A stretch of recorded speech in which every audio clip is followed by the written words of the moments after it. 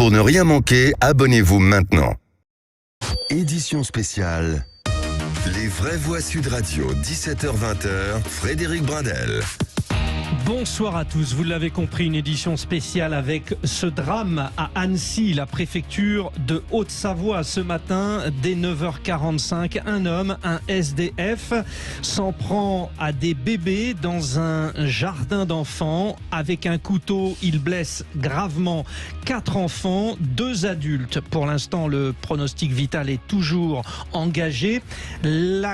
L'enquête, évidemment, est lancée, les premières déclarations politiques et puis, bien sûr, les perspectives concernant les victimes. Sur tous ces thèmes, nous allons revenir dans une édition spéciale des vraies voix avec nos 3 vraies voix ce soir. C'est une ambiance, une atmosphère très particulière. Vous l'avez compris, j'accueille Philippe Bilger, président de l'Institut de la Parole et auteur de Libre Propos d'un inclassable. Bonsoir Philippe Bilger. Frédéric. Françoise Degois, éditorialiste Sud Radio et LCI, auteur de L'homme qui n'avait pas d'amis, est avec nous. Bonsoir Françoise. Bonsoir Frédéric, bonsoir à tous. Sébastien Ménard, président de l'élan Béarnais, Pau, Lac, Orthez et entrepreneur dans la foodtech, est avec nous. Bonsoir Sébastien. Bonsoir Frédéric, bonsoir à tous. Bon, nous allons évidemment tous ensemble revenir sur cette actualité avec le recul que nous devons avoir et que j'espère vous aurez aussi, les auditeurs de Sud Radio. Vous pouvez appeler au 0826 300 300 pour nous donner votre ressenti, votre point de vue, mais évidemment, nous vous demanderons à tous d'avoir du recul et de la retenue dans un contexte très particulier. J'aimerais faire le tour de table et déjà savoir comment ces vraies voix ont perçu cette journée d'événements. Il y a eu le traitement médiatique aussi qui est très particulier, les interventions politiques. Déjà une première réaction avant de faire le point depuis Annecy. Philippe Bilger. Très simplement, Frédéric, au début de cette émission, d'abord, une horreur totale. Ces petits-enfants et les adultes qui ont été gravement blessés, c'est une horreur. Ensuite, une interrogation sur les motivations de cet homme. Et pour l'instant, je n'en dirai pas plus. J'attends beaucoup du débat que nous aurons ensemble. Cet homme, rappelons-le, est âgé de 31 ans, réfugié syrien qui était en situation légale sur le territoire. Il avait fait une demande d'asile. Françoise Degois, votre sentiment? Mon sentiment, c'est que je suis comme Philippe, enfin comme nous tous, voilà, on est dans l'effroi, c'est glaçant. J'ai écouté le témoignage d'un médecin du SAMU qui est arrivé sur place. Comment vous faites de la médecine de guerre quasiment sur des nourrissons, sur des bébés qui ont 22 mois. Comment vous essayez de leur sauver la vie parce qu'ils ont été poignardés? Non mais c'est extrêmement éprouvant. On a vécu beaucoup d'horreurs dans ce pays. On a eu Charlie, on a eu le Bataclan, on a eu Nice. Voilà. Pour le moment, dans la gamme supplémentaire de l'horreur, eh bien, il y a... Mais mon sentiment est quand même que tout ce qui se dégage du profil de l'assassin est assez étrange. On comprend a priori que c'est un chrétien d'Orient, on comprend une dérive, on comprend... Une situation familiale qui était devenue particulière, mais rappelons-le par rapport à ce que vous dites, Françoise. Pour l'instant, affirmons-le, il n'y a aucun mobile terroriste pour l'instant. Bien sûr, parce que... à l'évidence, et encore une fois, beaucoup de sévérité de ma part pour la classe politique, et d'ailleurs que ce soit la gauche, l'extrême gauche, le centre, etc. Je suis extrêmement en colère après l'effroi. Je suis en colère de ce qui se passe, si vous voulez, dans le monde politique en termes de réaction, que ce soit de la part du Rassemblement National, des Républicains, du Rassemblement National, bien sûr, mais des Républicains qui s'engouffrent immédiatement et puis finalement sont obligés de reculer parce que tout était servi sur un plateau. Et nous les écouterons d'ailleurs, voilà. Françoise, tout au long de cette émission. C'est beaucoup de peine, en fait. Très bien. Alors, juste parce que je regarde Benoît Goutorbe, qui est notre réalisateur. Ce soir, nous devrions partir dans un instant retrouver le maire d'Annecy. Votre réaction, Sébastien Ménard.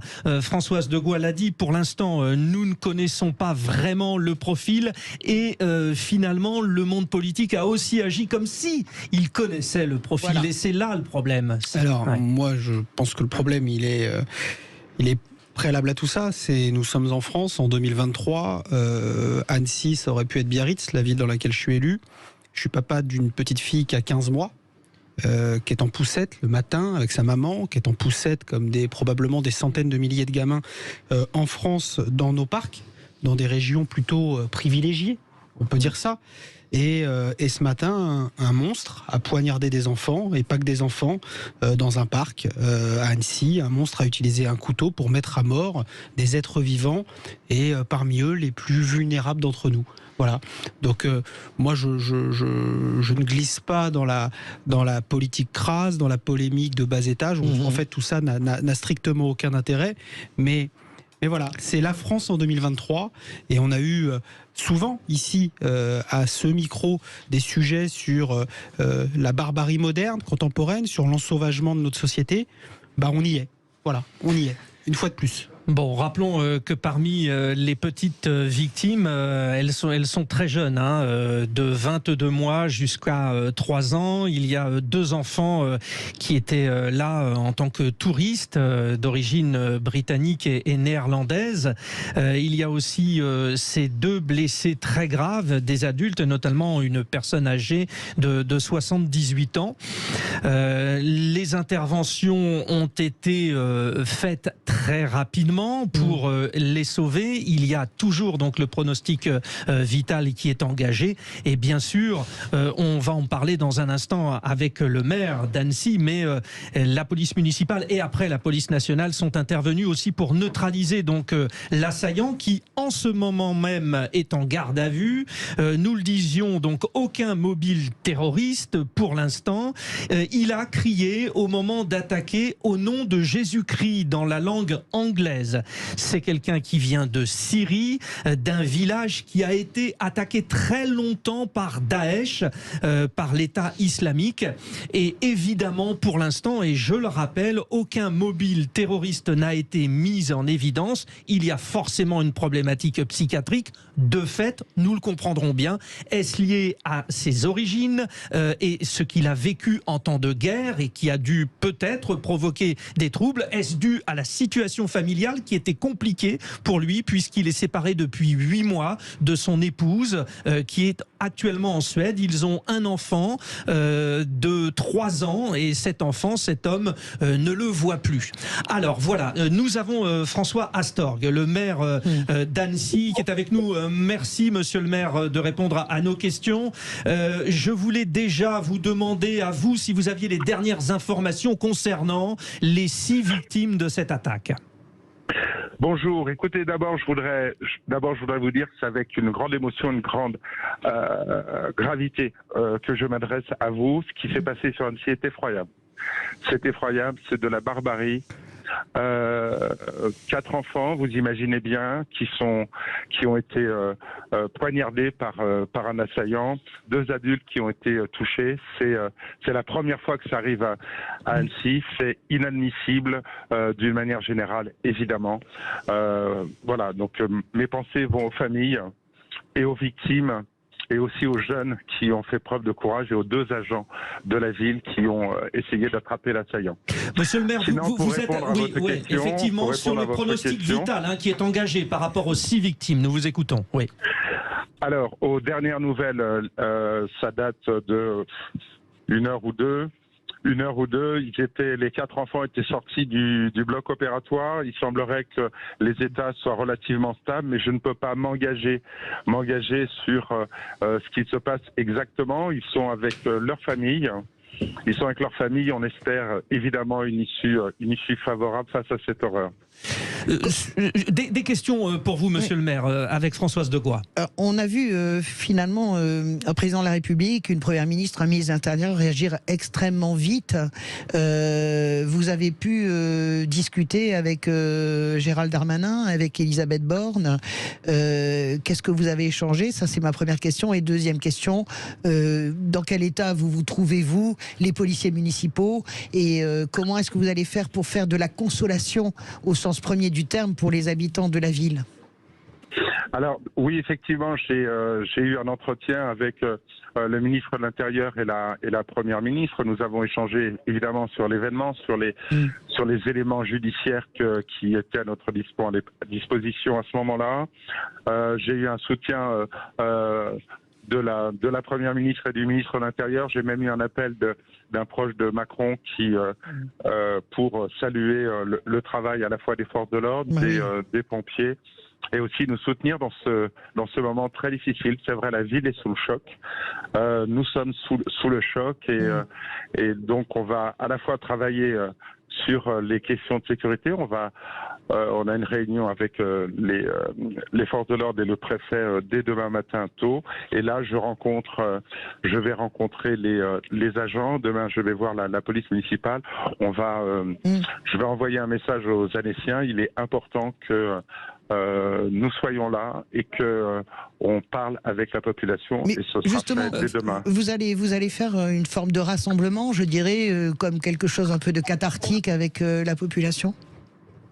On est en train de réfléchir exactement sur la forme, mais dès ce week-end, il y aura des éléments relatifs à un rassemblement, oui. Bon, François Astorg, je le rappelle, et merci encore une fois. Vous êtes en direct sur Sud Radio, vous êtes le maire d'Annecy. Philippe Bilger a une question pour vous. Monsieur le maire, le hasard de la vie fait que mon épouse est d'Annecy et que bien sûr j'y viens régulièrement et avec beaucoup de bonheur.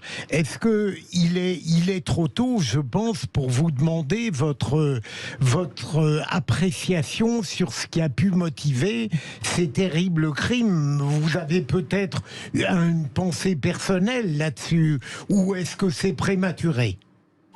Écoutez, je pense que c'est un peu prématuré. Les premiers éléments qui sont à notre disposition ne nous permettent pas de dire, et ça, c'est les entretiens que j'ai eus avec la procureure et la première ministre. Rien ne nous permet de dire aujourd'hui qu'il s'agit d'un acte terroriste. On n'a pas d'éléments relatifs aux mobiles.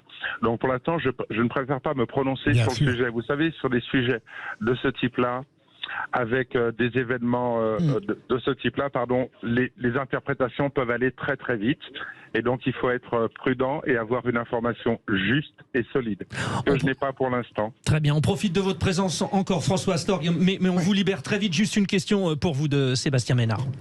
Est-ce que vous avez eu, monsieur le maire, bonjour. Bonjour. Moi, je n'ai pas la chance d'être à la tête de l'exécutif de ma ville de Biarritz. Je suis un petit élu local, membre de la majorité.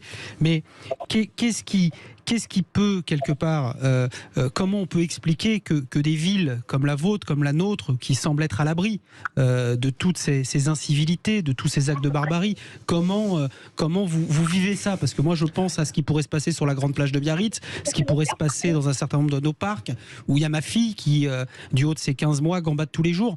Voilà, donc je partage en solidarité l'effroi qui vous touche et qui doit toucher toute la communauté d'Annecy, évidemment toute la communauté d'élus. Alors vous avez raison, des villes comme la vôtre, très belle ville, Biarritz aussi, des villes comme les nôtres, on a un peu un sentiment de tranquillité permanent, comme si rien ne pouvait nous arriver. Mais aujourd'hui, on voit bien que avec ce qui s'est passé, dans le fond, aucun endroit ne peut être épargné.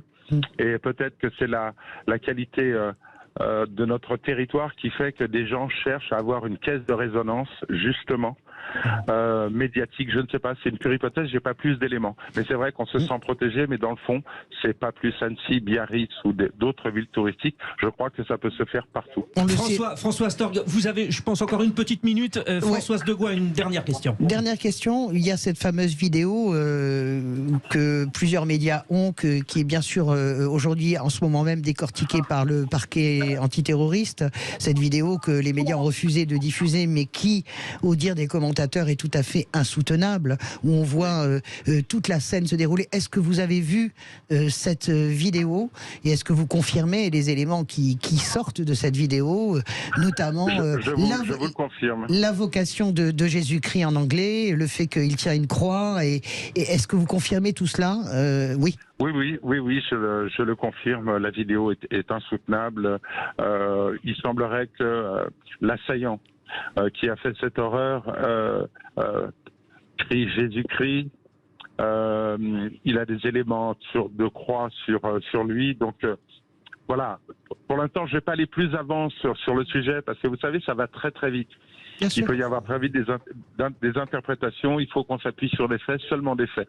Et c'est vrai que la vidéo est insoutenable et je comprends que la presse ne la diffuse pas. Vous êtes François Astor, vous êtes le maire de cette si belle ville d'Annecy. Nous vous remercions vraiment d'avoir été avec nous en direct sur Sud Radio. Nous vous apportons évidemment, ainsi que tous les habitants d'Annecy, certains vont intervenir au 0826 300 300. D'ailleurs, dans un instant, nous vous apporter tout notre soutien. Bon courage à vous, monsieur le maire. Merci beaucoup. Merci beaucoup. Au revoir. Merci. On revient dans un instant. Vous écouterez les déclarations de la première ministre, de la procureure de la République et puis également du président du conseil régional Auvergne-Rhône-Alpes. C'est dans un instant sur Sud Radio. Vous pouvez intervenir. Vos réactions 0826 300 300. Édition spéciale. Les vraies voix Sud Radio, 17h-20h, Frédéric Brindel. C'est l'effroi évidemment aujourd'hui avec ce terrible acte. Depuis ce matin, Annecy et l'ensemble du territoire français est sous le choc. Un homme de 31 ans est passé à l'acte avec un couteau. Il a gravement blessé 6 personnes, dont 4 enfants en bas âge. Une enquête est en cours pour chef de tentative d'assassinat. Le mis en cause est actuellement en garde à vue. 4 mineurs sont donc toujours en état d'urgence absolue. 2 adultes, dont un avec une blessure à l'arme blanche, sont également en situation très grave. Les vraies voix ce soir avec nous, Philippe Bilger, Françoise Degois, Sébastien Ménard. Nous venons d'écouter et de recevoir en direct le maire d'Annecy, François Astorg. Nous allons revenir avec vous, les vraies voix, et vous, les auditeurs de Sud Radio, sur des déclarations importantes. Tout d'abord, celle de la première ministre qui s'est rendue aux alentours de 15h sur place à Annecy. Écoutons-la. Des petits-enfants ont été sauvagement attaqués par un individu dans un parc. Nous sommes bouleversés par cet acte odieux, inqualifiable. Quand ça touche des enfants, je pense qu'on est chacun touché au plus profond de nous-mêmes. Et aujourd'hui, c'est tout notre pays qui est sous le choc. Mes premières pensées vont aux parents et aux enfants qui sont encore dans un état grave, et aux adultes qui ont également été blessés. Et je voudrais vraiment saluer l'intervention des forces de l'ordre qui ont pu intervenir très rapidement et interpeller cet auteur. Et je voudrais aussi remercier les secours, les soignants qui ont immédiatement pris en charge les blessés et qui sont encore actuellement en train de les prendre en charge. Voilà, sur l'intervention de la première ministre. Alors, un extrait, évidemment, peut-être une réaction de nos vraies voix, Philippe Bilger. On a senti un effroi parce que ce soit les sauveteurs, les forces de l'ordre, les politiciens, les officiels qui sont là, ils sont déstabilisés. Ce sont des petits enfants. Absolument, parce qu'on a dans la tête, évidemment, Françoise l'a dit, la France n'est pas épargnée depuis des mois et des années devant des actes atroces. Mais là, il y a quelque chose qui échappe à notre entendement. Quoi qu'on pense politiquement, idéologiquement, il y avait une sorte d'univers naturellement protégé des petits de 22 mois ou de 2 ans. Et là, on est à la fois tétanisé par l'indignation et je dirais arrêté par le scrupule. On ne peut pas développer n'importe quoi au sujet de cet acte, et j'ai bien apprécié, j'allais dire, les banalités évidentes, inéluctables de la première ministre. Ouais. Françoise Degois. J'ai la même réaction, notamment sur la rapidité aussi de réaction de l'exécutif. On sent qu'ils ne veulent pas laisser la place, que ce soit Emmanuel Macron, que ce soit Elisabeth Borne ou Gérald Darmanin qui était en déplacement au Luxembourg et qui est revenu.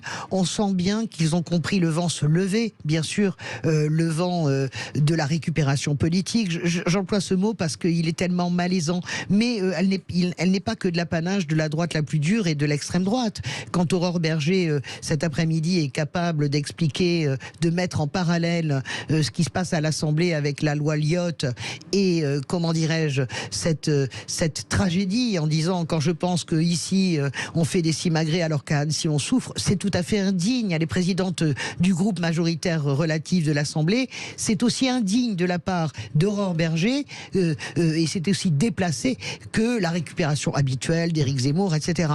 Non, moi je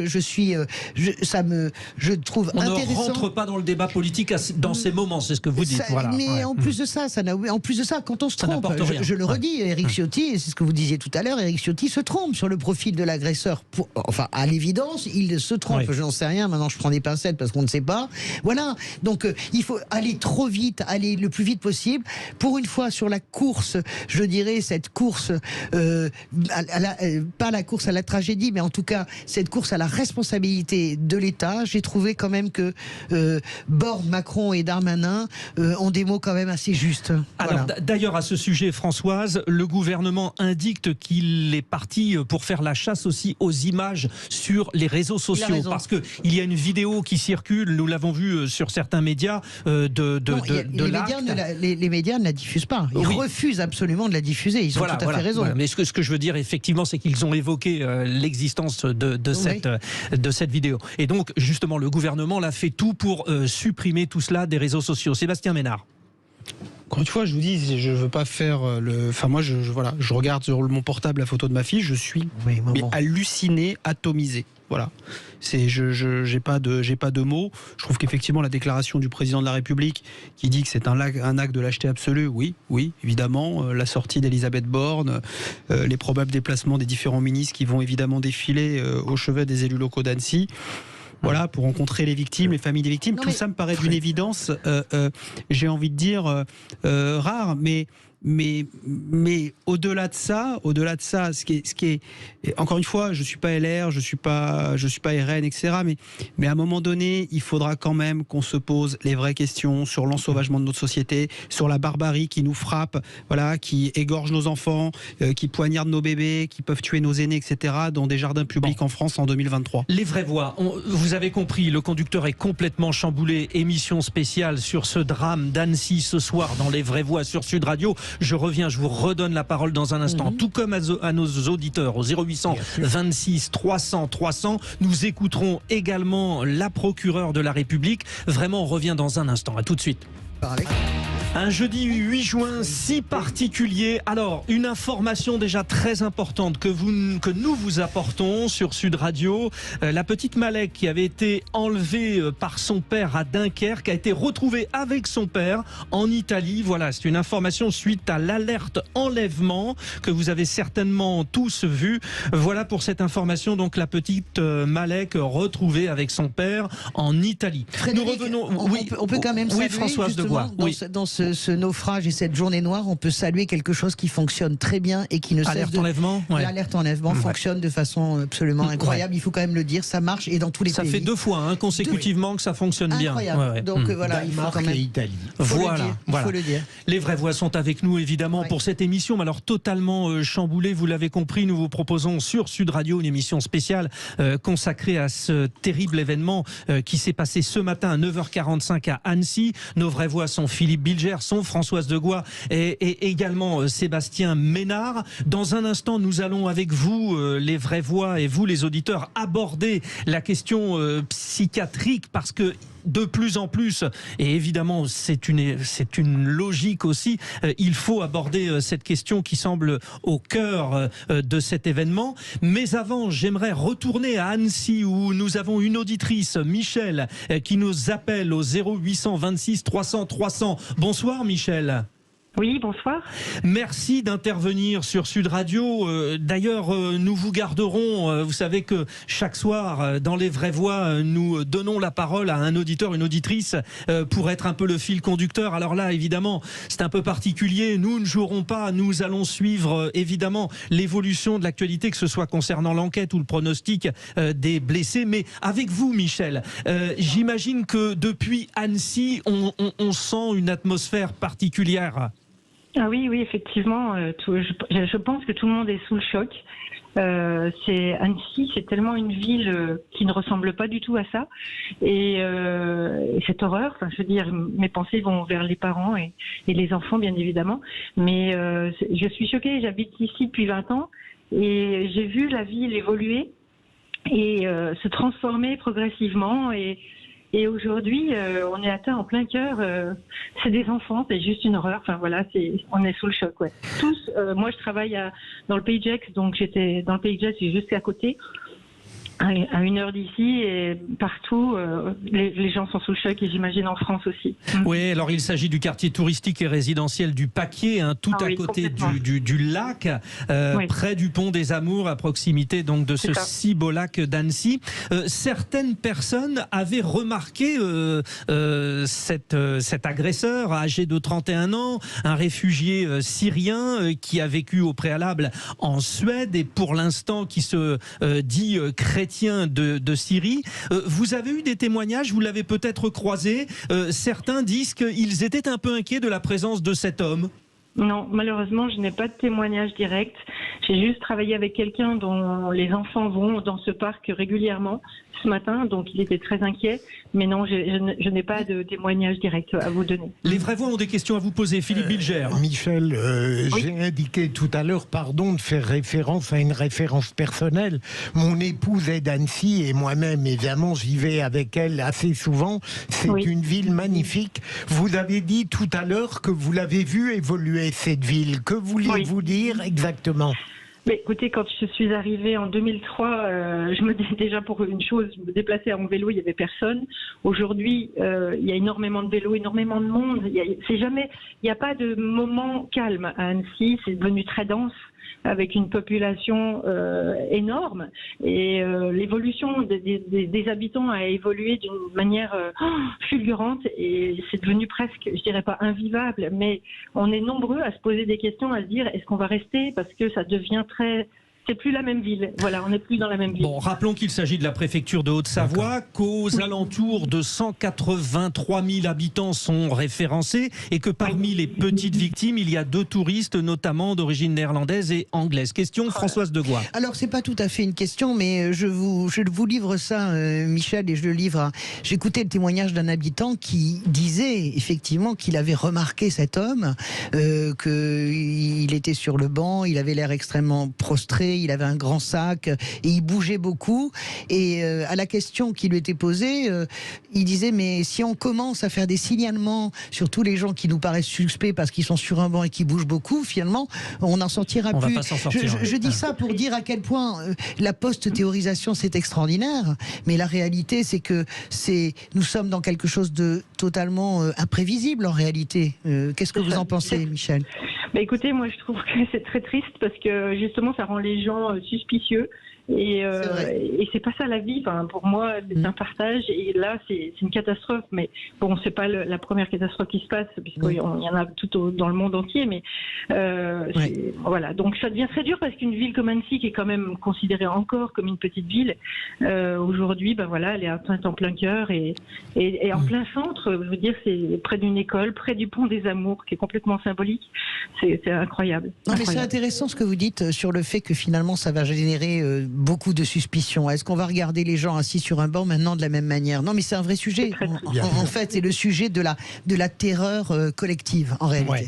Ouais, et cet effet psychose, évidemment. Michel, nous sommes très heureux de vous avoir. Je rappelle que vous êtes auditrice de Sud Radio, que vous habitez à Annecy. On refera le point en début d'heure, tout à l'heure avec vous, parce que vous êtes là-bas et quelque part, vous êtes un peu notre œil. Alors, très rapidement, Françoise. Michel, est-ce que vous attendez... Est-ce que, par exemple, vous seriez favorable, vous, à une forme de rassemblement demain, non pas en hommage aux victimes, parce que touchons du bois pour le moment, eh bien, les gens résistent et s'accrochent à la vie, y compris les enfants, dans les nouvelles conneries. Mais est-ce que vous seriez pour qu'il y ait ce moment un peu de communion ? Je sais que tout le monde, il est de bon ton de dénigrer les marches blanches, etc. Mais au fond, on n'a jamais rien fait de mieux que de rassembler des êtres humains qui sont choqués ensemble. Non. Moi, je n'ai rien contre les rassemblements calmes et passifs, et au contraire. Vous avez envie de ça, vous avez envie de ça ? Oui, tout à fait. Quand on se trouve au milieu de ces gens, et une sorte de, je sais pas, comme une forme d'amour qui s'élève de tout ça, et au contraire, moi, je trouve que c'est important. Ça me donne des frissons. Je suis désolée, mais, non, mais c'est bien. Moi, c'est terrible, quoi. Non, au contraire, je suis partante.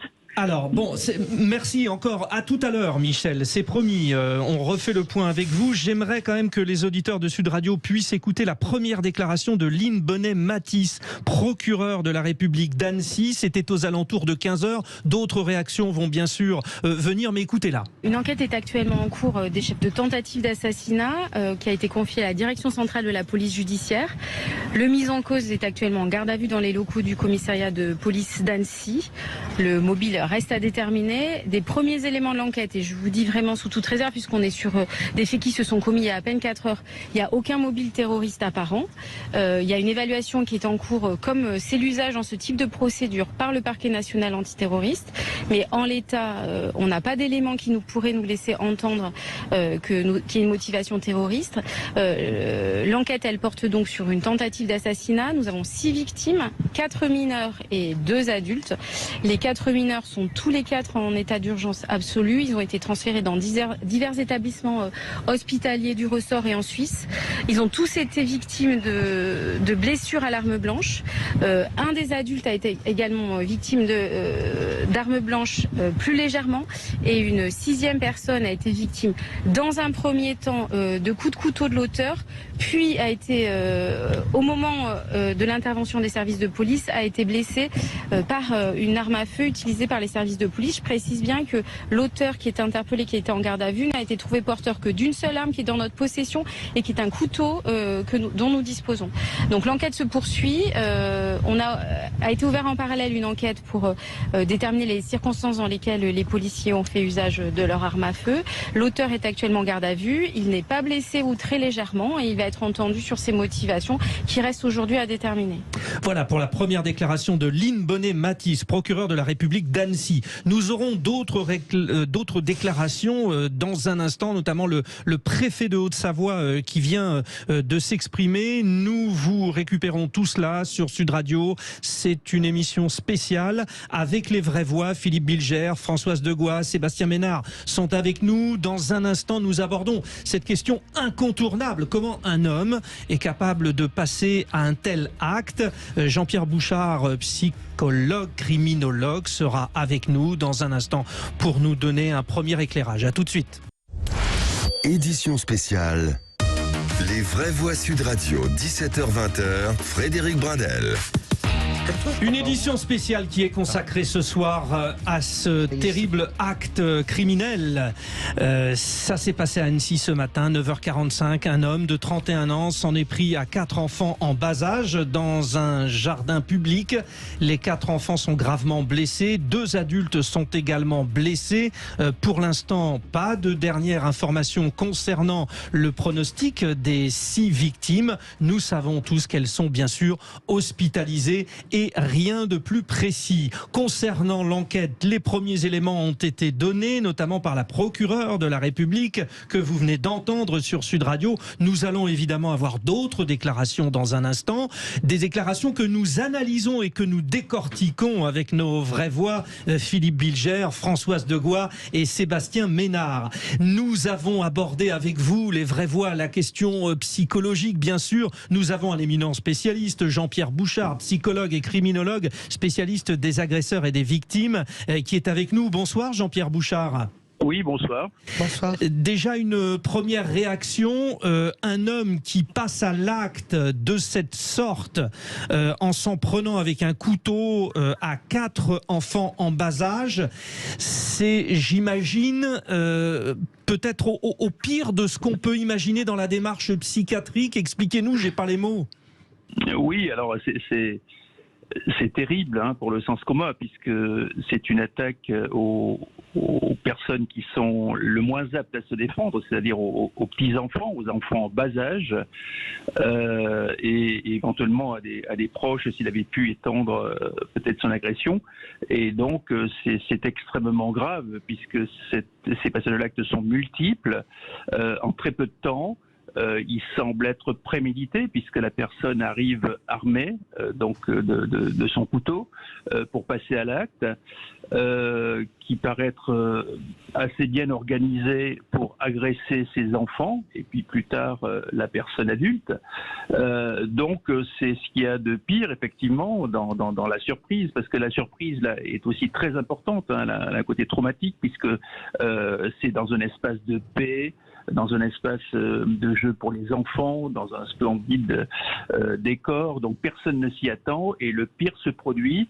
Donc tout ça est extrêmement traumatogène ou possiblement traumatogène pour pas mal de gens et notamment pour les premières personnes concernées. Jean-Pierre Bouchard, les vraies voix de Sud Radio ont des questions à vous poser. Nous commençons par Philippe Bilger.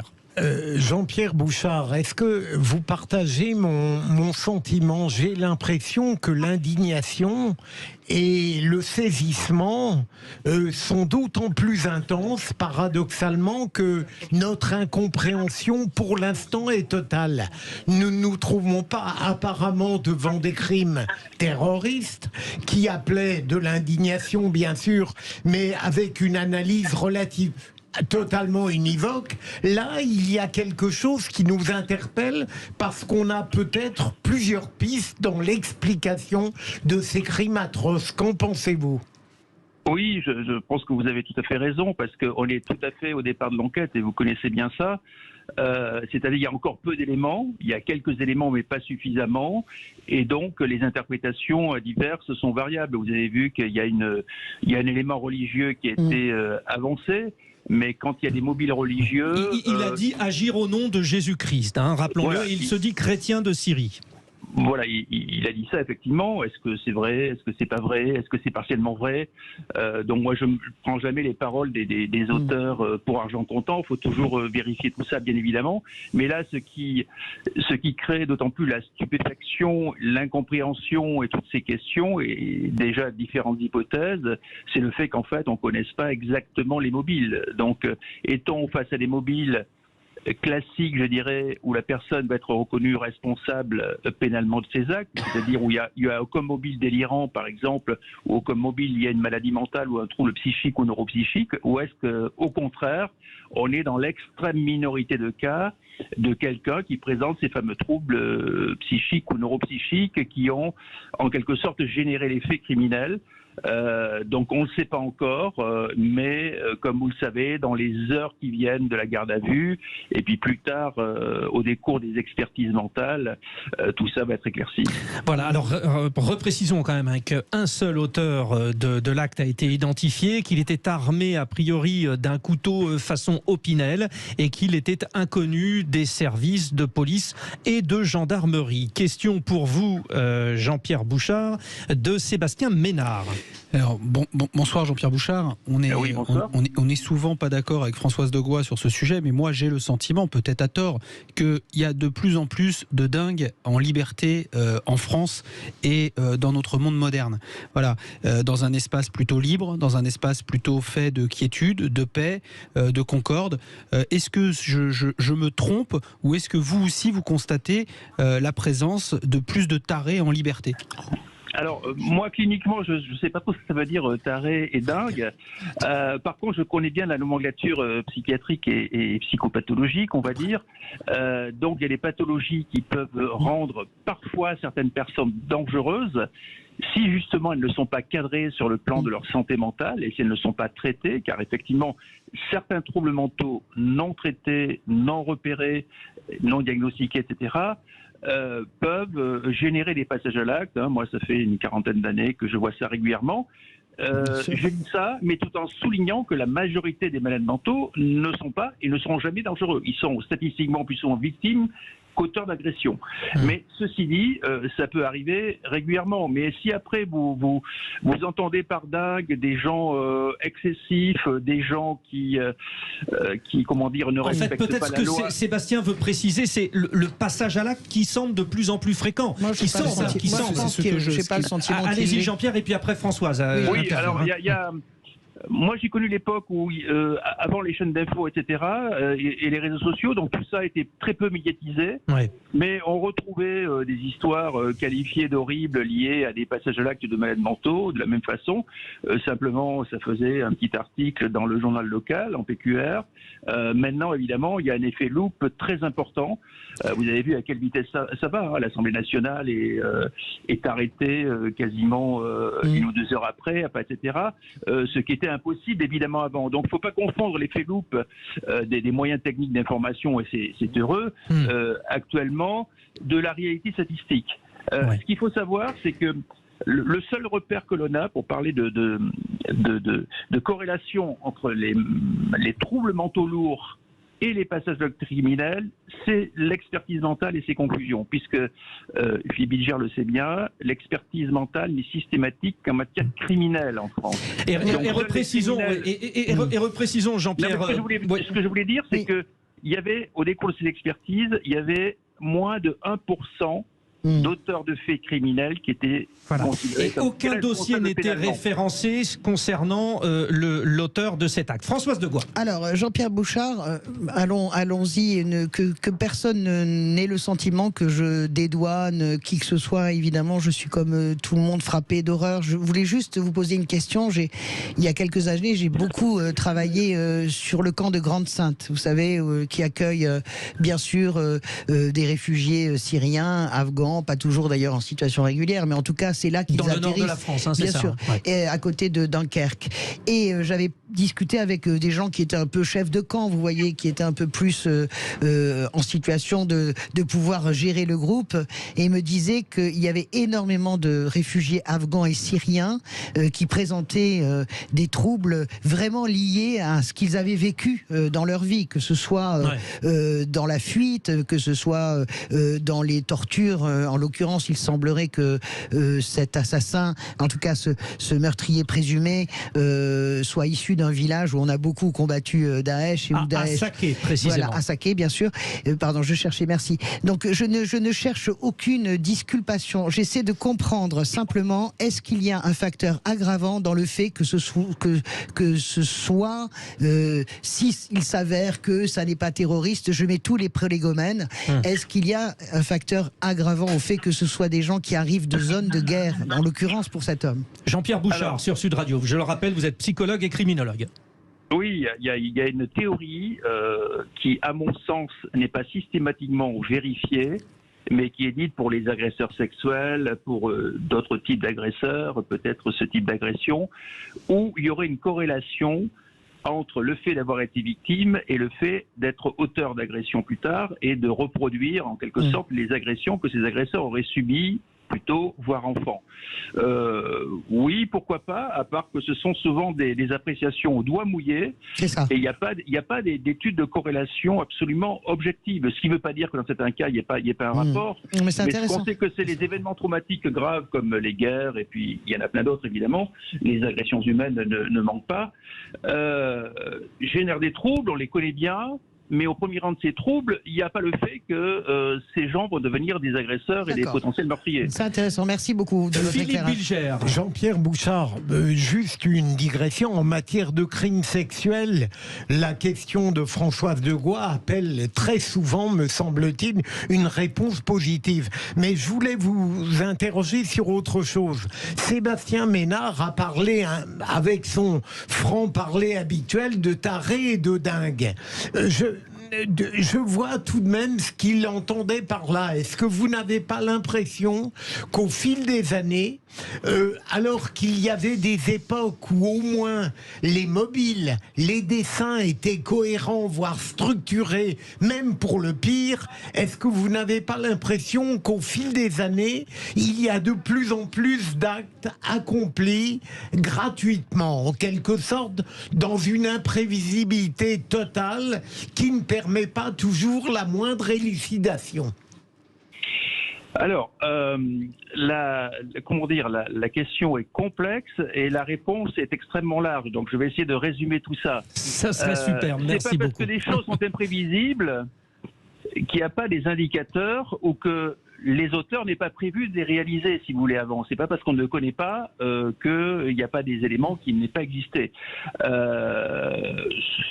Par exemple, ce monsieur, que tout le monde va surgir sans avoir rien prévu, évidemment, peut-être qu'il a prémédité ça depuis assez longtemps. Peut-être qu'il a prémédité ça une heure avant.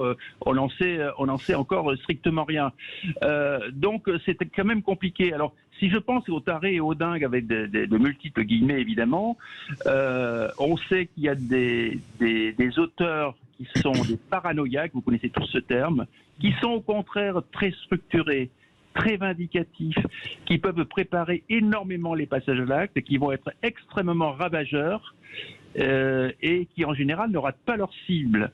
Par contre, si on a d'autres types de psychotiques délirants, de type schizophrénique, là on a plutôt une dangerosité à court terme, et là on aura des gens qui auront assez peu préparé les choses. C'est pour ça que vous qui connaissez les qualifications pénales, à propos des schizophrènes, je parle souvent de meurtre, c'est-à-dire d'homicide non prémédité, mais volontaire, et à propos des paranoïaques, d'assassinat, si vous voulez. Ouais. Donc la réalité est vraiment complexe. C'est tout l'intérêt, après les expertises de psy, d'aller voir la dimension singulière de ça. Et après, ce qui est très imprévisible aussi, c'est au niveau de la délinquance, tous ces règlements de compte, toutes ces réactions, le fait qu'il n'y ait plus de normes et de valeurs du milieu qui cadraient donc les délinquants, etc. Mais là, on est vraiment sur un autre sujet. Là c'est un contexte social. Merci beaucoup, Jean-Pierre Bouchard. Merci pour cet éclairage. Nous revenons bien sûr dans un instant à 18h. Le point sur l'actualité, les dernières infos concernant ce drame d'Annecy, sur lequel nous vous proposons un regard façon vraie voix, une édition spéciale. Vous pouvez intervenir au 0826 300 300. Vous êtes les bienvenus. À tout de suite. Édition spéciale. Les vraies voix Sud Radio, 17h-20h, Frédéric Brindel. Ce matin à 9h45, un homme, un SDF de 31 ans, est passé à l'acte. Il a très gravement blessé 4 enfants dans un jardin d'enfants, blessé également 2 autres adultes. Pour l'instant, le pronostic vital des enfants est engagé. C'est la stupeur partout en France, c'est la stupeur à Annecy, la ville où s'est produit cet acte inimaginable, la préfecture de Haute-Savoie et ses 183 000 habitants. Réguliers, plus les touristes. D'ailleurs, il est à noter que 2 touristes sont victimes de cet acte. Un homme réfugié syrien qui était en situation régulière sur le territoire européen, qui est passé à l'acte au nom de Jésus-Christ, je cite, il l'a évoqué en anglais.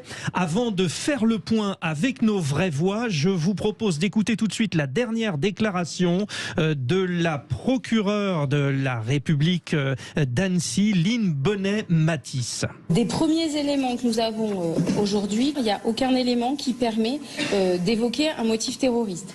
Comme usuellement dans ce genre d'affaires, le parquet national terroriste est présent et procède à une évaluation.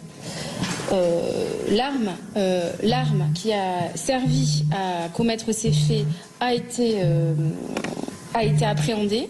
C'était une seule arme, une arme blanche qui était un couteau pliable de type Opinel et qui est en possession des services de police. Le mise en cause, les auditions commencent, on est sur une enquête qui commence aujourd'hui. L'audition, elle va permettre de comprendre les motivations et de voir la personnalité du mise en cause. Des premiers éléments dont on dispose, on serait sur un réfugié, quelqu'un qui est réfugié politique et qui serait actuellement sans domicile fixe à Annecy, avec une arrivée à Annecy au courant de l'automne 2022. Voilà pour cette dernière réaction. Elle vient de s'exprimer aux côtés d'ailleurs du préfet Yves Le Breton, que nous écouterons dans un instant. Donc la procureure de la République d'Annecy, Lynn Bonnet-Matisse. Nous sommes avec nos 3 vraies voix. Philippe Bilger, Françoise Degois, Sébastien Ménard. Avec vous, chères vraies voix, nous essayons de comprendre, d'analyser et de tirer les premiers enseignements de cette journée particulière où le monde politique a été montré du doigt. Et d'ailleurs, j'en profite pour remercier Laurent Jacobelli, Jacobelli, porte-parole du Rassemblement national et député de Moselle, qui nous a rejoint en studio. Bonsoir Laurent Jacobelli. Bonsoir.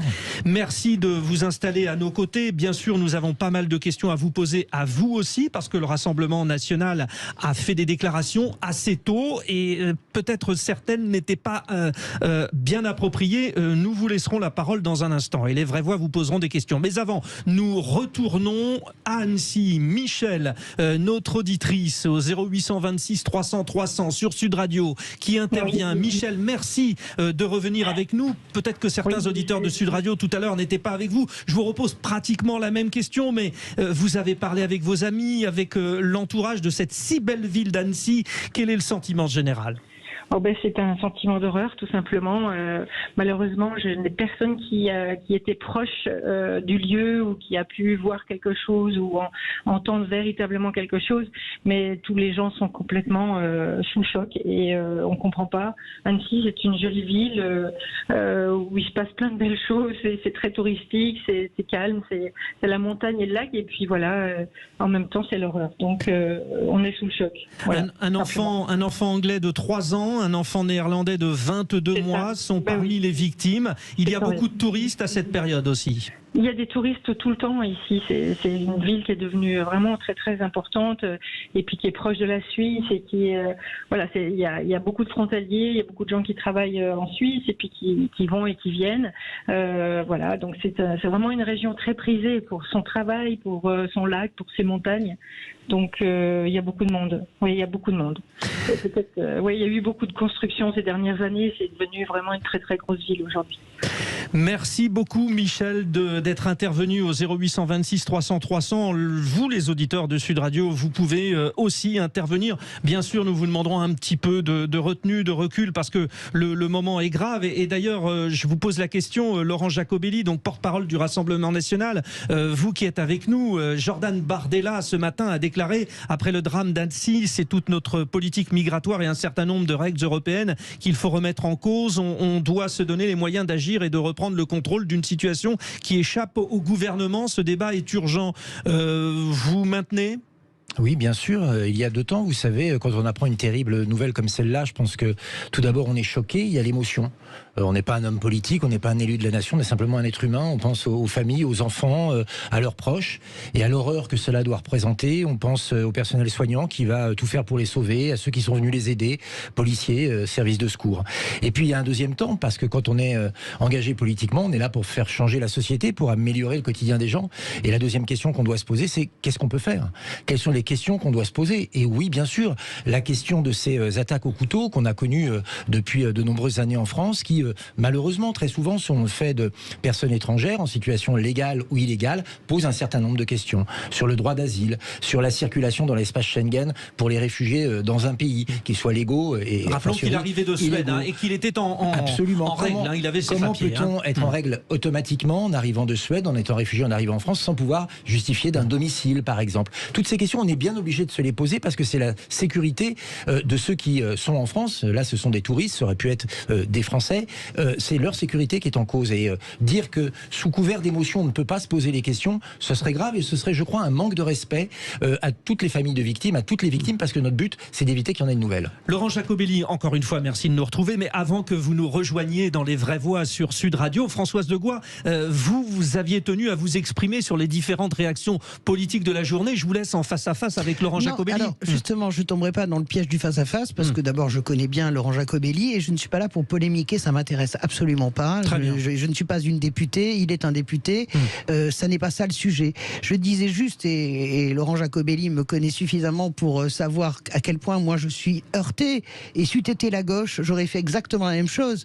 Je suis heurté par le fait, comment dirais-je, dans l'instant, je suis heurté par 2 choses. Dans l'instant, évidemment, on ressort toute l'artillerie lourde sur ce qui vous intéresse, et ce qui d'ailleurs intéresse aussi les gens, mais peut-être pas avec le même prisme sur l'immigration, sur évidemment les réfugiés en situation, c'est-à-dire qu'on mélange tout. Je comprends très bien que maintenant vous vous rendez peut-être compte qu'il s'agit d'un chrétien, mais bon, vous dites des attaques au couteau, d'où qu'elles viennent finalement, vous atténuez.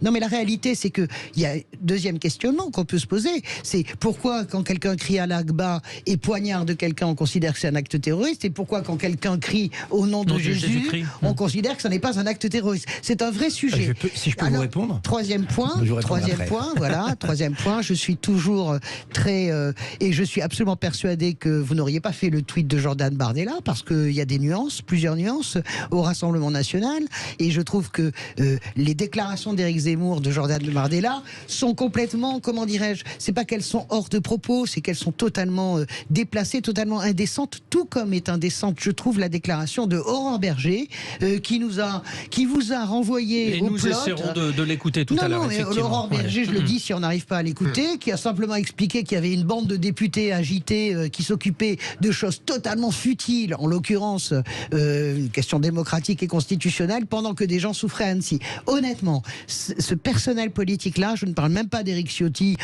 qui est parti tout de suite et d'ailleurs qui a un peu reculé sur les profils habituels, etc. Calmons-nous, plus ça accélère, plus il faut se calmer et réfléchir. Je trouve que vous ne réfléchissez pas assez, mon cher. Voici le temps de la réponse, Laurent Jacobelli. D'abord, je vais vous rassurer, quand quelqu'un, au nom d'une religion, quelle qu'elle soit, veut tuer d'autres personnes au couteau ou par un autre moyen, moi je considère que c'est un acte terroriste, quelles que soient les paroles prononcées. Il se trouve que c'est vrai en France, ces dernières années, ces actes terroristes étaient majoritairement le fait de l'islam radical, et je distingue bien de l'islam classique, l'islam républicain. Il se trouve que là, c'est un cas différent, il en est tout aussi horrible. Il n'y a pas d'élément modérateur. Donc j'espère avoir été clair. Vous, oui, mais Jordan Bardella ne l'est absolument pas. Ah si, il est très clair aussi. C'était la question du départ. Il est très clair aussi. Je ne répondrai pas pour Éric Zemmour. Allez-y, Laurent Jacobelli. On a 30 secondes avant une petite respiration. Jordan Bardella. Allez-y. Nous sommes aujourd'hui élus par des Français qui veulent qu'on leur rende leur sécurité. Et oui, c'est notre travail de faire des constats. Oui, il y a surreprésentation des étrangers dans ce type d'attaque. Oui, c'est partiellement dû au fait qu'on ne contrôle pas qui entre chez nous. Vous savez, si demain, vos portes de maison sont ouvertes et que n'importe qui et tout le monde peut rentrer, il y aura des gens bien forcément, mais ça attirera aussi les plus délinquants qui se diront, bah tiens, la table est bonne. Et donc, c'est là-dessus qu'il faut travailler. C'est sur le contrôle aux frontières, c'est sur le fait de bien savoir comment on gère le droit d'asile. Et aujourd'hui, autant le dire, on ne contrôle rien. Et en voilà les faits. Jacobelli sur Sud Radio avec les vraies voix qui ont des questions à vous poser. Dans un instant, il vous les pose. Et dans un instant, nous écouterons aussi le préfet de Haute-Savoie, Yves Le Breton. Voilà, vous restez bien avec nous. Vous l'avez compris, c'est une émission spéciale consacrée à ce terrible acte ce matin à Annecy, 9h45. 6 blessés graves pour l'instant. Restez bien avec nous, c'est Sud Radio. Édition spéciale. Les vraies voix Sud Radio, 17h-20h, Frédéric Brindel. Les éléments de l'enquête se précisent concernant cet acte abject. Ce matin, 9h45, Annecy, préfecture de Haute-Savoie. Un homme attaque au couteau des enfants dans un parc, dans un jardin. 6 blessés très graves. Vous réagissez au 0826 300 300. Les auditeurs de Sud Radio, nous sommes avec les vraies voix. Philippe Bilger, avec Françoise Degois et Sébastien Ménard. Nous remercions de sa présence Laurent Jacobelli, porte-parole du Rassemblement national, député qui nous a rejoint. J'aimerais, avant d'aller au 0826 300 300, peut-être vous livrer cette déclaration. C'est le préfet de Haute-Savoie, Yves Le Breton, qui vient de s'exprimer. Saluer l'action des forces de sécurité, des forces de secours, qui sont intervenues très rapidement sur cet événement dramatique. Dramatique ô combien, puisque évidemment, ce sont notamment des enfants qui sont victimes. Donc moi j'ai une pensée, je pense comme vous tous et toutes, pour les victimes, les familles, et puis aussi pour toutes celles et tous ceux qui sont intervenus en premier sur ce drame. Donc nous avions ce matin en intervention aussi bien des policiers nationaux que des policiers municipaux. Nous avions également des forces importantes de sapeurs-pompiers du service départemental de Haute-Savoie.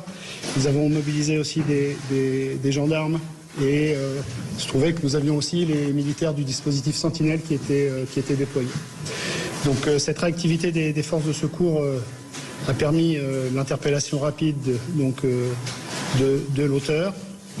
Et à ce stade, donc, moi je voulais aussi remercier vraiment tous les intervenants. Et puis aussi remercier les services qui ensuite ont pris en charge les victimes. Je pense notamment au SAMU, au 74. Et puis nos associations partenaires, je pense aussi à la Croix-Rouge par exemple, qui ont pris en charge les impliqués, c'est-à-dire les non blessés et les familles de ces impliqués. Yves Le Breton, le préfet de Haute-Savoie, sur l'antenne de Sud Radio. Vous êtes nombreux à vouloir réagir. Avant d'aller au standard, peut-être une réaction, oui, Philippe Bilger. Je voudrais d'abord le propos initial de Laurent Jacobelli, j'étais pratiquement d'accord avec lui. J'ai assez dénoncé la mansuétude régalienne d'Emmanuel Macron et de ses ministres pour rester équitable. En l'occurrence, avec ces crimes, on ne peut pas imputer à l'État la moindre faiblesse. Voilà un homme qui arrive en situation régulière et qui commet le pire avec des dessins équivoques sur lesquels on n'a pas encore de lumière précise. J'ajoute que si ça n'est pas terroriste, mon indignation demeure radicalement la même. Je n'ai pas besoin du terrorisme pour susciter l'opprobre absolu du citoyen que je suis. Mais si, là où je vous rejoins, on a le droit tout de même de mettre en cause parfois des faiblesses structurelles. J'en vois une, par exemple. Est-il normal qu'une demande d'asile soit faite en novembre 2022 et que la réponse ne soit donnée que 4 jours, il y a 4 jours? Ça n'est pas normal. Que fait-on alors de cette personne qui attend désespérément une réponse qui devrait arriver plus vite? Allez, réaction au 0826 300 300. Je me tourne vers le standard. Nous sommes avec Christian, direction Cahors dans le Lot. Bonsoir. Christian, votre réaction? Écoutez, c'est très difficile de trouver des mots pour qualifier cet acte abominable. Mais écoutez, moi je suis désolé, mais ça va, vous n'allez pas aimer. Je suis un fervent partisan de la peine de mort parce que il ne faut pas que ça se reproduise. Ça. Garder des gens comme ça qui sont totalement inutiles à la société et qui causent des... Moi je pense aux victimes qui sont blessées physiquement et moralement à vie. Alors voilà, il faut que les choses changent. Ouais, on vous sent très ému, Christian, depuis Cahors. Bon, la liaison n'était pas parfaite, on a bien compris. Vous évoquez la peine de mort. Alors vous avez eu la diplomatie de dire peut-être vous ne serez pas d'accord. Laurent Jacobelli est avec nous. Quelle est la réaction que vous avez après ces propos de Christian?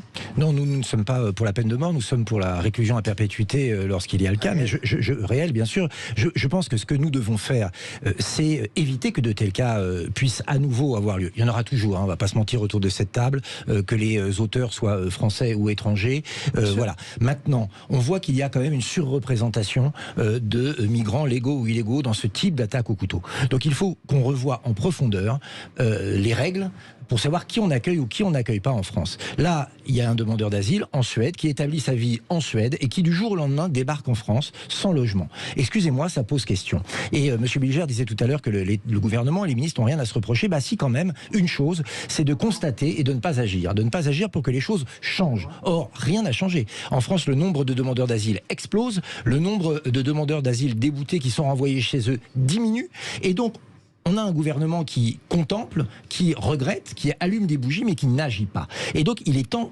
d'agir, l'action maintenant, après l'émotion. Moi, c'est ce que je regrette. Laurent, moi j'entends bien Jacobelli, ce que vous dites. Françoise, vous attendrez que je vous donne la parole parce que Sébastien Ménard n'est pas intervenu. Allez-y. Monsieur le député, on peut effectivement avoir le droit de s'interroger comme vous le faites, et c'est évidemment pas je dirais le bénéfice des différentes oppositions en France que de s'interroger sur ce qui peut fonctionner ou dysfonctionner. Mais ce qui est plus ennuyeux, c'est que évidemment vous venez nous visiter avec une parole plutôt, je dirais, édulcorée. Voilà, on vous a... Sincère. Non, mais je vous fais pas un procès en insincérité, c'est pas tant le débat, mais quand bien même, je dirais, notre société moderne en France, en Europe, serait victime d'un certain nombre de maux. Voilà, on peut être d'obédience plutôt de droite, voire très à droite, voire au centre comme moi, voire de gauche comme Françoise, et partager, je dirais, ces interrogations. Pour autant, il ne faut pas tromper, je dirais, nos auditeurs sur les solutions que les uns et les autres, nous serions susceptibles de ne pas partager. Parce que les solutions du Rassemblement national, elles sont sur ces thématiques-là, ne trompons personne, d'une radicalité et d'une brutalité qu'on ne partage pas. Et qui sont en plus votre analyse. Et qui sont en plus techniquement... Qu'est-ce qu'il y a de brutal dans ce qu'on propose? Ce qui est brutal, c'est ce qui vient de se passer, vous serez d'accord. Mais c'est abominable, on n'est pas dans la brutalité, on est dans l'abomination. Qu'est-ce qui est brutal dans nos mesures? Ça m'intéresse, parce que... Laurent Jacobelli, Les Vraies Voix, Françoise Degois, Philippe Bilger, Sébastien Ménard. Nous revenons dans un instant, émission spéciale consacrée à cet acte odieux à Annecy. Des réactions, beaucoup, de nombreuses réactions au 0826 300 300. Nous vous prenons à l'antenne dans un instant sur Sud Radio. Allez, à tout de suite. Édition spéciale. Les Vraies Voix Sud Radio, 17h-20h, Frédéric Brindel. Nous sommes ensemble depuis 17h avec cette émission consacrée à cet acte abject à Annecy, préfecture de la Haute-Savoie. Je vous le rappelle, 6 blessés graves pour l'instant. Un homme de 31 ans a attaqué au couteau dans un jardin d'enfants, notamment 4 enfants en bas âge. Il a déclaré agir au nom de Jésus-Christ en langue anglaise. Il s'agit d'un réfugié syrien qui arrivait de Suède. Il était présent depuis quelques mois à Annecy. Avec nous, et les vraies voix sont présentes ce soir pour cette émission spéciale. Philippe Bilger, Françoise Degois, Sébastien Ménard. Nous accueillons aussi pour le Rassemblement national Laurent Jacobelli, député de Moselle, qui est avec nous. Et vous réagissez au standard 0826 300 300. Nous partons, je crois, à Paris. Samy, qui est médecin, qui est avec nous. Bonsoir, Samy. Oui, bonsoir. Merci de me donner la parole. Je vous écoute. Merci. Je voudrais poser juste 2 questions. Alors, je suis vraiment horrifié de ce qui s'est passé et en colère parce qu'en fait, mes enfants jouent à peu près chaque 2-3 mois justement dans ce parc, à l'endroit où a eu ce drame. Et je vous avoue que c'est terriblement dangereux de voir ça. Anxiogène pour vous aussi. Mes enfants. Voilà. Maintenant, ce qui est troublant là-dedans, c'est que les préfectures, en fait, dans ce genre de dossier, mettent des délais impossibles à imaginer, des mois et des mois. Et c'est très bizarre quand, j'ai envie de dire les choses crûment, de ne pas dégraisser rapidement. Donc on va revenir à l'histoire des OQTF et leur exécution. Et finalement, c'est le serpent qui se mord la queue en permanence. Donc c'est comme un agenda annuel. Donc au mois de mai, on va parler au mois de mars, c'est des OQTF. Au mois de juillet, c'est des attentats comme ceci. Enfin, on a dit finalement, c'est pas un attentat. Encore heureux. Mais bon, bizarrement, qu'est-ce qu'il y a derrière? Pourquoi on maintient ces gens en place dans une sorte de no man's land, en fait? Ils savent pas où aller, ils dorment sur les cartons. Oui. On rappelle, juste Samy, je précise, donc c'est un SDF, on est d'accord. Il n'était pas sous le coup d'une OQTF, pour être totalement précis. Mais allez-y, Samy, allez-y. Tout à fait. Donc pourquoi on maintient ces situations comme ça qui perdurent et c'est des gens suspendus? Donc ce monsieur, certainement, psychologiquement, il a des problèmes. Deuxième élément, et qui m'interpelle un petit peu, c'est une question un petit peu sournoise, si je peux me permettre, c'est que ce monsieur, il est syrien, donc forcément, il parle anglais, il parle l'arabe classique. Heureusement qu'il n'a pas prononcé le mot Allah Akbar. Donc du coup, maintenant, au nom de Jésus, c'est pas un acte terroriste, mais s'il avait prononcé Allah Akbar, il parle arabe, on aurait été là. C'est quand même troublant. Donc ça crispe encore plus la société encore, et ça donne des clivages, et rebelote, on va revenir en fait au même scénario on va se pointer du doigt et c'est une société qui va se regarder bizarement avec des soupçons. Témoignage très fort. Françoise Degois veut vous répondre, justement. Je suis absolument d'accord, j'ai soulevé cette question tout à l'heure. Et ce qui m'intéresse dans ce que vous dites, Samy, c'est vraiment la question de l'accueil. Moi, je ne serai jamais d'accord, Laurent Jacobelli et moi-même, mais ce n'est pas grave, je ne suis pas une femme politique, sur l'idée que ce flux migratoire est submersif. Il ne l'est absolument pas. Quand on regarde les chiffres dans le réel, il ne l'est pas, ni d'ailleurs en Italie, ni d'ailleurs en France, ni d'ailleurs en ensemble. On est un conglomérat de 600 millions d'habitants. On doit pouvoir arriver à absorber 10 ou 20 000 ou 30 000 personnes par an. Ça, c'est le premier point. Le sujet, c'est quand même l'intégration. Et je trouve que Samy pose la très bonne question. Que fait-on pour les accueillir? Quand vous vous promenez à la gare du Nord, que vous voyez tous ces ados, ou pas d'ailleurs, même des jeunes adultes, tous ces gens sur des cartons, qui campent ensemble, qui avancent en troupe, qui n'ont rien, évidemment, ils n'ont pas de moyens de subsistance, ils n'ont pas de moyens de s'éduquer et d'aller à l'école. L'Allemagne a fait, je suis désolé de le dire, les choses beaucoup mieux que nous. La façon dont les réfugiés, les migrants sont accueillis, elle est différente. Et je peux même vous dire, pays que je connais bien, puisque j'y vais à moitié, que c'est même beaucoup mieux en Italie, malgré les problèmes qu'il peut y avoir à Lampedusa.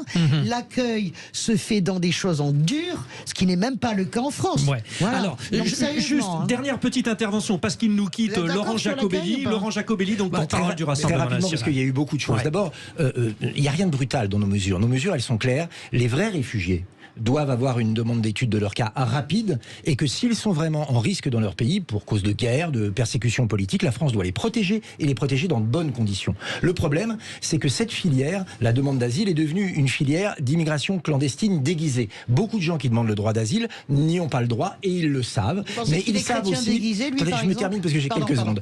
Et ils le savent, et ils savent qu'ils ne seront jamais expulsés. Or, ils veulent profiter d'un système très généreux qui est celui de la France. Et évidemment, il y a une contrepartie, parce que 470 000 migrants légaux par an, et je ne compte pas les illégaux, en France, ça crée un problème d'assimilation. Il n'y a pas assez de travail pour les assimiler. Il n'y a pas assez de place à l'école pour les assimiler. Il n'y a pas assez de... C'est les chiffres du ministère de l'Intérieur. Oui, il n'y a pas assez de professeurs de français. Il y a eu des générations de migrants qui se sont assimilés. Aujourd'hui, c'est plus le cas. Eh bien, puisque ça ne fonctionne pas, et ça n'a rien de brutal, il faut prendre des mesures de limitation, de contrôle des réfugiés qui arrivent en France, de la demande d'asile à l'étranger avant d'arriver en France, une étude de cas, et contrôler les étrangers qui circulent à l'intérieur de l'espace Schengen. Ce sont des mesures de bon sens. Et de la les seule modalité, ce serait l'inaction. Merci beaucoup d'être passé dans le studio de Sud Radio, Laurent Jacobelli. Merci de votre passage. Merci à Samy. Je voudrais également qu'on accueille Stéphane Simon, qui est le fondateur du média Factuel, qu'on retrouve d'ailleurs le week-end, l'heure libre sur Sud Radio.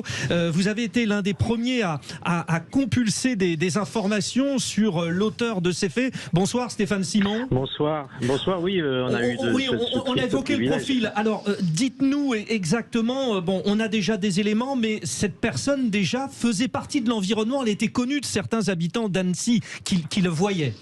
Bon, elle bagnaudait, on va dire, depuis quelques jours autour de ce parc. Voilà, c'est ce que l'on sait.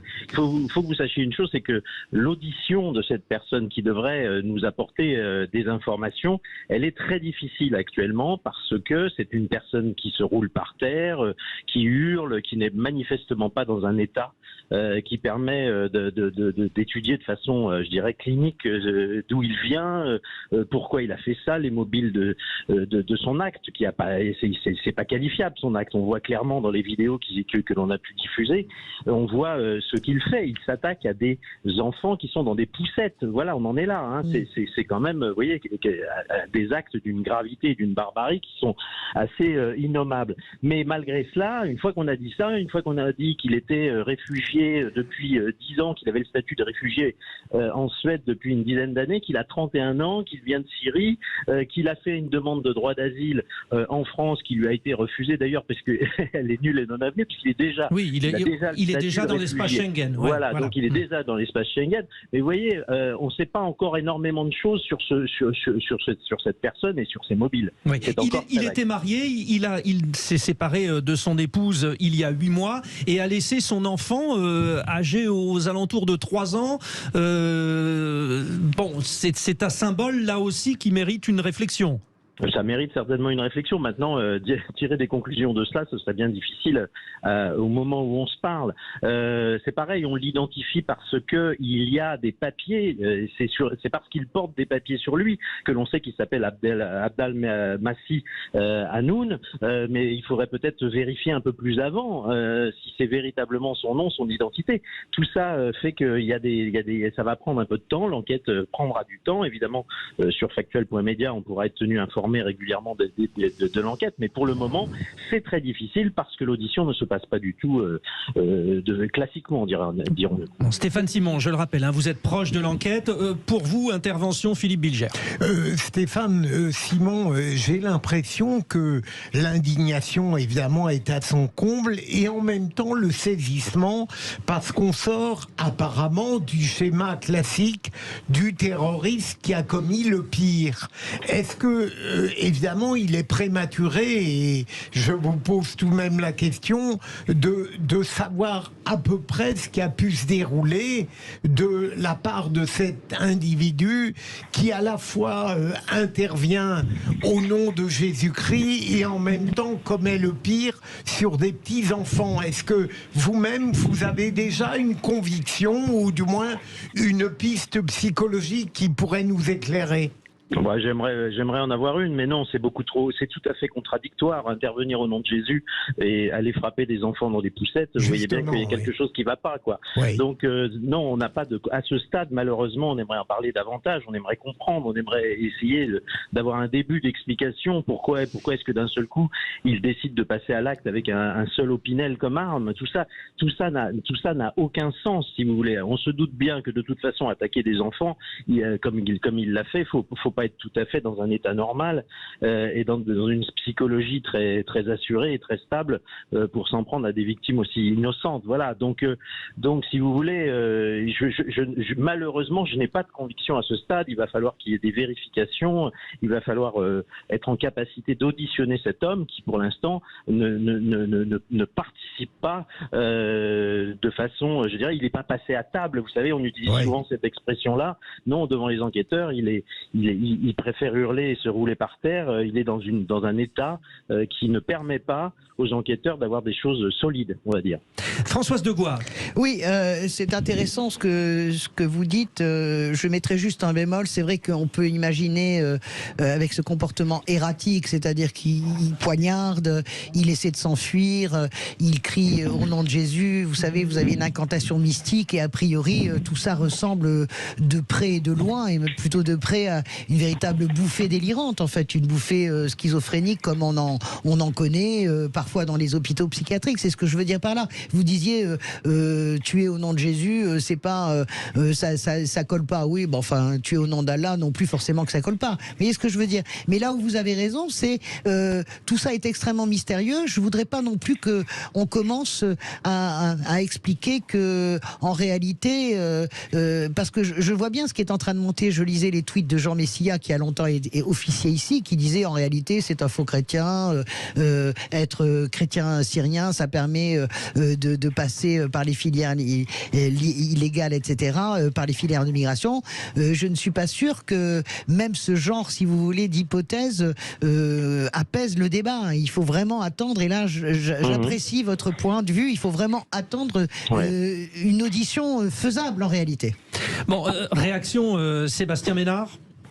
Encore une fois, Stéphane Simon, on vous entend souvent, on vous lit beaucoup sur quelque part commenter l'état de déliquescence de notre monde. Qu'est-ce que finalement cet acte de barbarie de plus vous évoque ?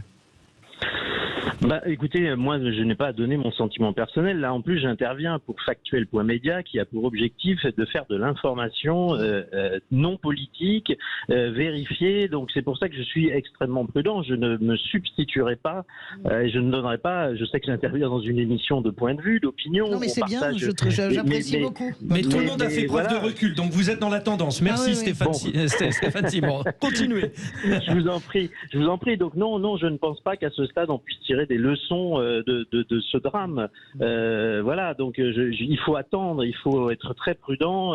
Les informations qu'on avait à 9h ce matin, avant de connaître l'identité de cet homme, n'étaient pas exactement les mêmes que ceux que l'on a quelques minutes plus tard quand on découvre son nom, qui veut dire serviteur du Messie, serviteur donc de Jésus, si vous voulez, quelque part. Donc c'est un nom de famille aussi que l'on sait très donné au Liban, dans cette partie-là du monde, dans les population chrétienne. Donc voilà, je ne vais surtout pas dire c'est un faux chrétien, etc. Je n'en sais absolument rien. Stéphane Simon, merci, fondateur du média Factuel, qu'on retrouve bien sûr le week-end sur Sud Radio, l'heure libre. Merci Stéphane Simon. Je rappelle, vous êtes proche de l'enquête et vous êtes venu en exclusivité nous donner les dernières informations. Réaction au 0826 300 300 sur Sud Radio. Frédéric nous appelle de Bordeaux. Bonsoir Frédéric. Oui, bonjour Monsieur Bradel, Madame Degois, Monsieur Bilger. Bonjour. Et j'en oublie. Et Monsieur Ménard, Sébastien. Et Monsieur Ménard, voilà. Bonsoir. Alors moi, Alors moi, je suis dans une colère, mais chaque fois, je suis dans une colère. Je vais avoir du mal à dire exactement ce que je pense parce que je suis vraiment très, très en colère. Bon, alors, prenez votre temps, soyez posés, on va y arriver. À la fois par le crime abominable et par la mollesse, les excuses que j'entends auprès de toutes les personnes qui ont passé, peut-être même M. Jacobelli n'est pas... C'est quand même inadmissible. Alors, Madame de Gois, comme d'habitude, relativise tout, donne des excuses. Non, c'est pas vrai, justement. Attendez, laissez finir Frédéric. Restons calmes. Allez-y, Frédéric. Françoise, vous allez répondre. Allez-y, Frédéric. Je sais que votre sport favori, c'est de couper les interlocuteurs qui sont en face, mais là, j'aimerais bien finir. Donc, Madame de Gois, comme d'habitude, essaye de relativiser. Et c'est bien, vient juste de servir des explications de Monsieur Bouchard de tout à l'heure. Oui, mais alors vous comprenez, un schizophrène fait sien. Non, là, on est devant un immigré qui n'a rien à faire en France, qui vient de Suède peut-être, mais c'est pas le problème. Nous avons toute une quantité immense d'immigrés qui n'ont rien à faire en France, car ils ne nous apportent rien. Les pays on devrait pouvoir choisir les personnes qui viendraient chez nous. Vous souhaitez une immigration choisie. Voilà, c'est ce que vous souhaitez. Non, c'est pas seulement choisi. C'est pas seulement choisi, c'est complètement contrôlé en plus. D'accord. Moi, je voudrais des camps dans lesquels ces gens-là, ce monsieur-là, on l'attrape, on le met dans un camp. Et terminé, il sort plus. Si on ne trouve pas... Bon. Si on ne trouve... Ok, Frédéric. Bon, merci pour ce point de vue. Alors, bon, Françoise de Gois, allez-y. Justement, j'ai beau mettre les bémols, on a le droit de vivre dans la nuance, et puis je ne peux pas... j'ai beaucoup de mal à entendre, et je vous le dis, Frédéric, que sur une antenne, on puisse parler ainsi de camp, de peine de mort tout à l'heure, etc. Permettez-moi de mettre des bémols. Bien sûr que la parole est libre à Sud Radio, évidemment qu'on peut tout dire, mais personnellement, je pense qu'il est de bon ton d'expliquer qu'on ne met pas les gens dans des camps et que ça reste quand même des êtres humains. Et tant pis si vous considérez que je fais du relativisme. Je suis extrêmement fier du coup d'être relativiste. Et je m'oppose absolument à ce que j'ai entendu à plusieurs reprises sur la question de la peine de mort, qui est une question réglée sur le plan européen d'ailleurs. Et bien sûr que le Rassemblement national n'est plus pour cela. Et les camps, on est à la limite presque du racisme. Je rappelle que le racisme est un délit, ça n'est pas une opinion. Bon, voilà. Alors, et tant pis si je relativise. Ok, alors bon, l'intérêt de cette antenne sur Sud Radio, c'est que aussi des gens comme Frédéric nous livrent leurs ressentiments et que vous, qui êtes expert, apportez votre... Je ne suis pas experte, je suis citoyen. Vous m'avez compris, j'essaye juste d'expliquer. Je voulais donner la parole sur ce sujet à Philippe Bilger. Non, je veux dire, moi, je ne suis jamais choqué par les interventions des auditeurs. Je me contente parfois de les contredire. C'est ce que je viens de faire. Oui, absolument. Et Frédéric ne vous connaît pas dans toutes vos interventions parce qu'aujourd'hui, vous avez été fidèle à la promesse que vous aviez faite au début de l'émission. À aucun moment, vous ne vous êtes engagé de manière vulgaire dans un débat qui nous aurait opposé, probablement. Donc, mais c'est une promesse que j'ai faite à moi-même, personne ne m'a demandé, hein, rassurez-vous. Bien sûr, mais vous l'avez tenue. Bien sûr. Bon, voilà. Et peut-être pour conclure, Sébastien Ménard, difficile de prendre du recul sur un événement comme celui-ci, c'est ce qu'on retiendra et c'est ce que certains politiques n'ont pas tous su faire. Il faut toujours quelque part face à des actes de faits divers d'une gravité sans borne, d'une immondice sans limite, garder malgré tout notre part d'humanité, notre sens de la mesure et effectivement Françoise a raison, ne pas glisser dans ce que j'appellerais la bêtise crasse et j'en dirai pas plus. Alors justement, à ce sujet, le président du conseil régional Auvergne-Rhône-Alpes, Laurent Wauquiez, s'est exprimé. C'est justement un petit peu dans ce sens qu'il s'est exprimé sur place. Tout le monde est extrêmement choqué. Il y a un traumatisme qui est profond. Parce que, vous le voyez, vous le connaissez cet endroit. C'est le Pont des Amours, c'est un jardin, il y a une école qui est juste à côté. On est face à un lac qui est un havre de paix. Et je pense que personne ne peut imaginer ça. Personne ne peut imaginer la barbarie, l'ampleur de la violence de ce qui s'est passé. Quand on est parent, et il y avait une maman qui était là, et on voyait dans ses yeux, elle avait juste son fils qui était juste devant elle et qui a réussi à échapper. Je pense que l'ampleur du choc est énorme pour tout le monde. Voilà, les dernières informations précisent que des analyses ont été faites sur le suspect, qu'il n'était pas sous l'emprise de la drogue ni de l'alcool, qu'il portait une arme blanche, un couteau en l'occurrence, et toutes les autres informations, nous vous les avons livrées. Pour conclure, on a 1 minute, un mot chacun, parce que on a été tous et toutes choqués, touchés. Qu'est-ce qu'il faut retenir de tout cela, Philippe Bilger ? Retenir que même pour le pire, il y a des contradictions qui nous interpellent et sur lesquelles on ne peut pas avoir de réponse immédiate. En ce qui me concerne, je suis frappé par l'invocation religieuse, c'est le terme qu'utilisait Françoise tout à l'heure, qui fait référence à Jésus-Christ, et en même temps à l'obscurité totale des tréfonds de cet homme sur lesquels, pour l'instant, nous sommes contraints de demeurer en suspens. Françoise. Moi, j'ai dit tout ce que je pensais de cet effroi. Je ne relativise rien. Je suis comme Philippe Bilger. Je ne crois pas aux monstres. Je pense qu'il y a une part d'obscurité profonde, y compris chez chacun de nous. Je vais vous dire une chose qui va heurter évidemment tout ce mouvement général en France, parce qu'il est de bon ton de taper sur la justice. Moi, je fais confiance à la justice et je vais faire confiance aux enquêteurs. Je livre toute ma confiance aux enquêteurs, aux experts et à la justice. Je ne peux pas me prononcer sur quelque chose que je ne comprends pas, qui ne fait même pas partie de ma psyché, qui n'est pas imaginable, mais pourtant qui est humain, puisque c'est un humain qui l'a commis. Donc la justice, la police, voilà. Allez, nous allons essayer de terminer dans un instant cette émission sur une petite note un peu plus légère. On va retrouver Cécile de Minibus, mais oui, elle n'était pas là ce soir. On va vous dire pourquoi. On s'en est rendu compte. Restez, les vrais voix, restez bien sûr les auditeurs de Sud Radio. Et effectivement, on va aborder un rendez-vous important demain à Marseille. Restez bien, on arrive. Les vraies voix Sud Radio, 17h-20h, Frédéric Brindel. Eh bien, chers amis, allez, je vous ai promis, on respire un petit peu. Il n'y avait pas Cécile de Minibus ni Philippe David ce soir. Non, mais où sont-ils les vraies voix? Vous le savez, ils sont à Marseille. C'est qui n'y sont là? C'est qui n'a? Bonsoir, très chère Cécile de Minibus. Bonsoir, chers amis vraies voix. Comment ça se passe? Comment ça va? Bon, on a une émission spéciale, c'est particulier, mais justement, absolument. Grâce à vous, Cécile, on va pouvoir un petit peu souffler. Demain, émission spéciale Les vraies voix. Vous êtes à Marseille. On rappelle, c'est le G500, c'est ça? Absolument, c'est le G500 à Marseille qui regroupe à peu près 700 ou 800 associations. C'est le sommet citoyen avec des débats différents tout au long de la journée de jeudi, la journée de vendredi, la journée de samedi. Vous pouvez assister à ces débats et vous inscrire sur le site G500, hyper intéressant. Et nous, on est aussi là-bas avec Philippe David pour demain faire une émission en direct avec ces associations. Et il y a aussi le premier trophée Sud Radio à l'initiative citoyenne et on a pendant 4 semaines fait voter les citoyens de très belles associations qui ont concouru pendant plusieurs semaines et on va pouvoir élire ce soir, parce qu'il y a un dîner de gala, élire l'association qui a remporté forcément le maximum de suffrages. Alors Cécile, Philippe arrive dans un instant, un petit peu plus tard, hein, vous savez comment il est toujours un petit peu... Il doit être en train de manger quelque part. Voilà. À mon avis, tu sais. Donc les trois vraies voix qui sont là, Philippe Bilger, Françoise de Gouet et Sébastien Ménard, se disent on ne sera pas à Marseille. Alors qui y aura à côté de vous? À Marseille, il y aura des associations en fait. En fait, il y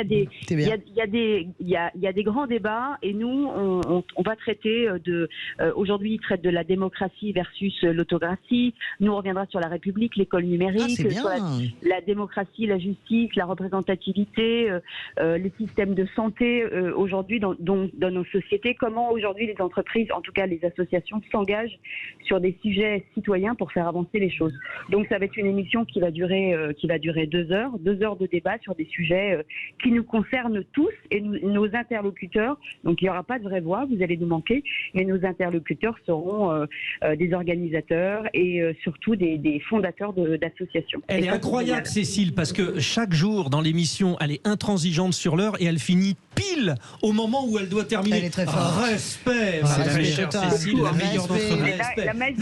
Minibus. Merci les vraies voix. Voilà pour cette émission spéciale. On se retrouve allez, à tout à l'heure, enfin plus tard, à demain même, Cécile. Et puis nous, on se retrouve dans un instant pour les vraies voix qui font rouler la France. Merci à vous tous.